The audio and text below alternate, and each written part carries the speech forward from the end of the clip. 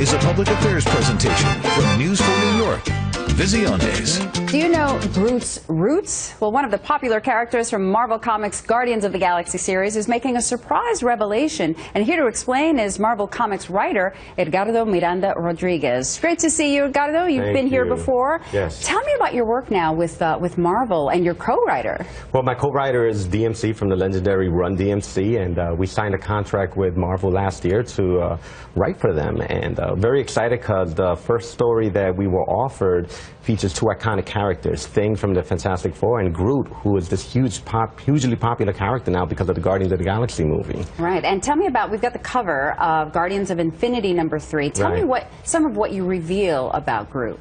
Well, one of the things I wanted to do to ground the character in kind of like a plausible reality was I did some research, and I found that in Puerto Rico there's this tree called the ceiba tree, and in Ponce, Puerto Rico, the tree is over 500 years old, and they've even found Taino artifacts around it predating pre-Columbian presence in Puerto Rico. So what I wanted to do was kind of like tie this character to an overall real mythology that's celebrated in the Latino community, but not only in Puerto Rico, throughout Mexico. I mean, even the Mayans believed that the ceiba tree was holding up the world kind of like an atlas, and it was a portal between our world and the afterworld. So I wanted to kind of ground it in something that was more relevant for Latinos, and at the same time keep it in the realm of traditional Marvel storytelling. Marvel dips into Norse mythology when they created Thor. Even the Thing is actually based on Jewish folklore. He's the Golem. So it's kind of like dipping into real mythology that many of us celebrate and have historically looked into.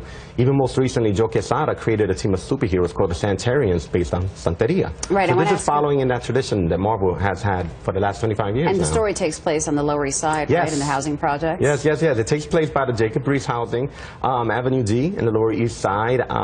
The Thing was created by Jack Kirby and Stan Lee, but Jack Kirby kind of modeled it after his experience in the Lower East Side. But the Lower East Side for the last few decades has been predominantly Latino, Puerto Rican, right? So many like Puerto Rican institutions like the New York Poets Cafe, Lower East Side Inc., and every year there's a huge festival kind of celebrating that Puerto Rican heritage. So it was an opportunity to connect that real experience of Latinos in New York City, and the character that I introduced was Abuela Estela, and this Afro-Latina grandmother is actually the one who talks to her grandson Kian and tells him about the mythology of the Taínos and tells him about the history of the Taínos and how this character Groot may somehow be connected to their heritage. Right. In fact, I heard, I don't know if it's true, Vin Diesel, when he recorded I Am Groot for the movie, he also recorded one in Spanish. Yes, he recorded it in Spanish. Yo soy Groot. It was pretty amazing. It was pretty amazing. And tell me about, you know, over the last 16 years or so, ever since Joe Quesada was editor, there's been sort of, I think, perhaps a little bit more diversity that we're seeing the characters also under the leadership now of Axel Alonso as well. Tell me about that. Yes. Well, Axel Alonso is presently the editor-in-chief, and Joe Quesada is the chief creative officer, and Joe Quesada created the Santarians, but under Joe and Axel's leadership there's been a push for a lot of diversity. A lot of new characters have been introduced. There's an alternate version of Spider-Man, Miles Morales. There's also a very popular Arab character, Miss Marvel, and many characters, but also many creators have been actually introduced into the company to really push forward this agenda of diversity, because America is a diverse country now, and it's about time in 2016 that we recognize and celebrate it. And many of our consumers, particularly in terms of comic book storytelling, are of color. So it's about time to kind of create stories that reflect that demographic and also celebrate them at the same time. Well, the first story is out now, Guardians of Infinity #3, right? And the anthology is coming out in June? Yes. All right. Well, wonderful. Look forward to seeing more of Groot, learning more about the history. Thank you. Edgardo Miranda-Rodriguez of Marvel Comics. Thank you so much. Thank you for having me. Yo soy Groot.